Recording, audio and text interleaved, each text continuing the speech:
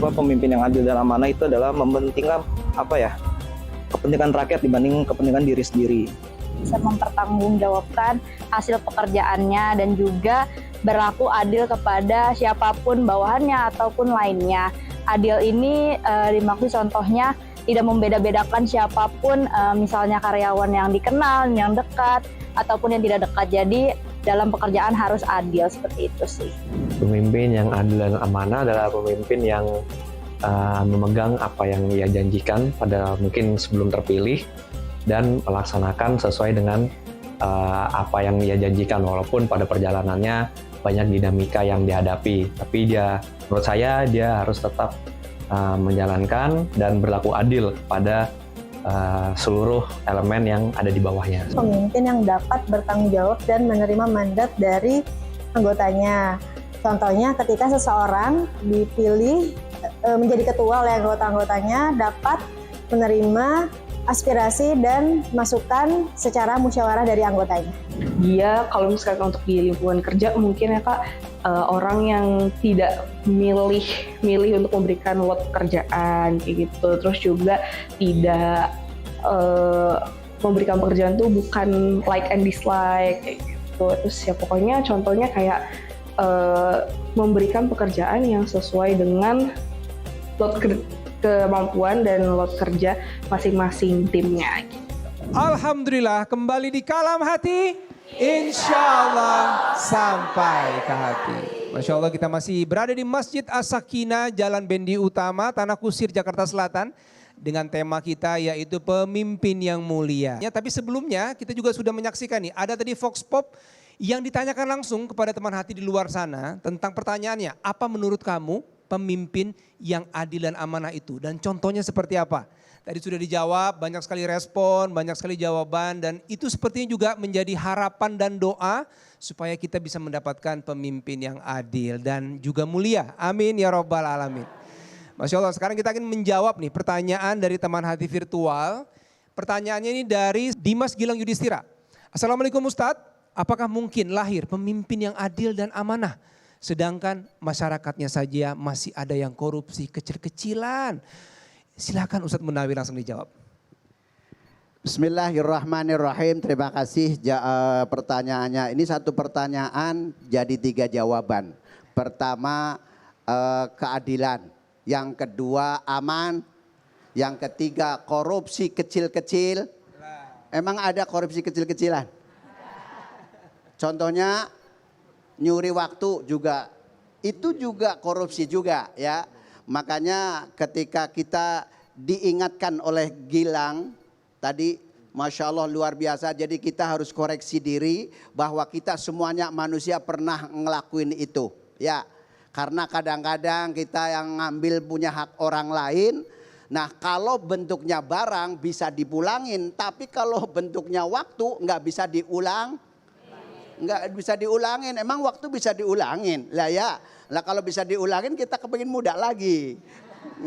Tapi kayaknya juga. Pengen muda dan kayak Mas Dude. Ya.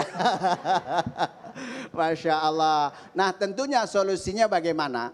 Kalau misalkan kita ingin mendapatkan pemimpin yang adil, kita mungkin koreksi dari diri kita masing-masing. Ya. Karena apa? Semuanya pemimpin pasti ada kelebihan, ada kekurangan. Karena manusia itu sifatnya kurang. Karena apa? Kalau misalkan manusia udah dikasih semuanya full adalah hidupnya akhirnya Padahal sombong adalah pakaiannya Allah. Lah kadang-kadang suka dipakai sama orang sini juga ya. Kadang-kadang netizen ngomong omelin begitu ya, padahal nggak tahu ujung-ujungnya, tiba-tiba marah-marah begitu ya. Makanya sekarang ketika kita akan menjauhi dari korupsi seperti itu ya, tentunya kita menyontoh apa yang dicontohkan oleh Rasulullah dan tentunya akhlak yang baik. Mudah-mudahan apa yang saya jawab mudah-mudahan menjadikan pelajaran buat kita bahwa kita udah pasti banyak salah dan dosa. Apalagi seorang Munawir ya kan. Nah, Munawir mah banyak dosanya Bu ya. Karena bisa ngomong tapi kadang-kadang nyontoin susah, betul? Iya Bu ya. Orang sini ada yang begitu? Orangnya datang nggak? Pakai baju apa, Bo? Ya Allah, ini kadang-kadang unzur maqala wala tanzur mangkola. Lihatlah apa yang diomongin, tapi jangan ngelihat yang ngomong ya. Lah kalau kita hanya sebagai penyalur agar kita lebih baik ibadahnya kepada Allah Subhanahu wa taala. Sekian, assalamualaikum warahmatullahi wabarakatuh. Waalaikumsalam warahmatullahi wabarakatuh. Jadi introspeksi dulu diri kita ya Ustadz ya. Betul. Kemudian juga penting nggak kita mendoakan pemimpin kita? Penting nggak Ustadz? Wa yusalluna alaikum, dan dia doakan. Oh, mendoakan kalau juga misalkan ya? dia mendoakan kita, dan kita pun juga akan didoakan oleh pemimpin kita. Masya Allah, jadi saling mendoakan kita dan pemimpin ya Bu ya. Yeah. Masya Allah, semoga Allah jaga terus. Amin ya Rabbal Alamin. Amin. Baik, sekarang saya langsung buka nih sesi tanya jawab. Siapa yang mau bertanya? Wah, semuanya mau bertanya. Satu dulu ya Bu, silakan Ibu. Assalamualaikum Pak Ustadz. Saya Susi dari Majelis Taklim As-Sakinah. Saya ingin bertanya kepada Bapak Abi Pantun. Sekarang banyak sekali orang pandai berbicara kebaikan, tapi sulit mencontohkannya. Bagaimana tuh Pak Ustadz? Wassalamualaikum warahmatullahi wabarakatuh. Waalaikumsalam warahmatullahi wabarakatuh.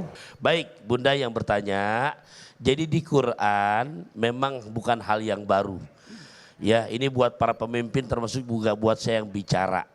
Karena Bu, ini di saat bicara jari ini ya, yang 5 telunjuk ke depan, yang 4 ke kiri.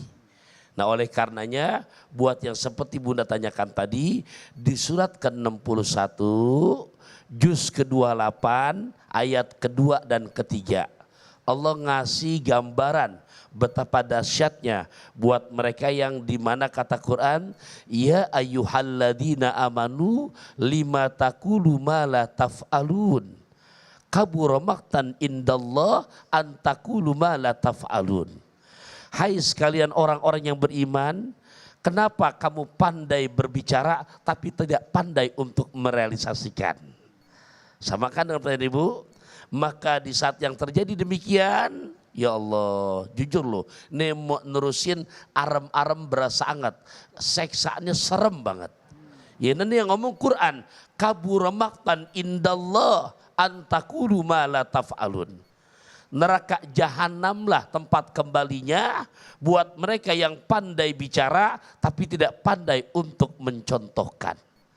Hebatnya Rasulullah yang tadi dicontohkan oleh Bunda Ustazah Yati dalam hal kepemimpinan, beliau tidak hanya pandai menyuruh tapi pandai buat ditiru. Hebatnya Rasulullah SAW tidak hanya berfungsi sebagai admin tapi langsung dirinya jadi cermin. Hebatnya Rasulullah SAW tidak hanya pandai memerintah, tapi bukti secara fakta dan realita. Nah ya, di saat terjadi yang seperti tadi Bunda tanyakan, jawaban yang kedua saya pinjam bahasa Ibnu Ruslan dalam kitab Zubatnya. Ini lebih dahsyat lagi. Apa kata di situ? Wa alimun bi ilmihi lam ya'malan mu'adzabun min qabli ubadil wasan. Orang yang pinter ngucap, tahu ilmu tapi nggak pandai mempraktekkan, paling dulu diseksa sebelum penyembah berhala disiksa.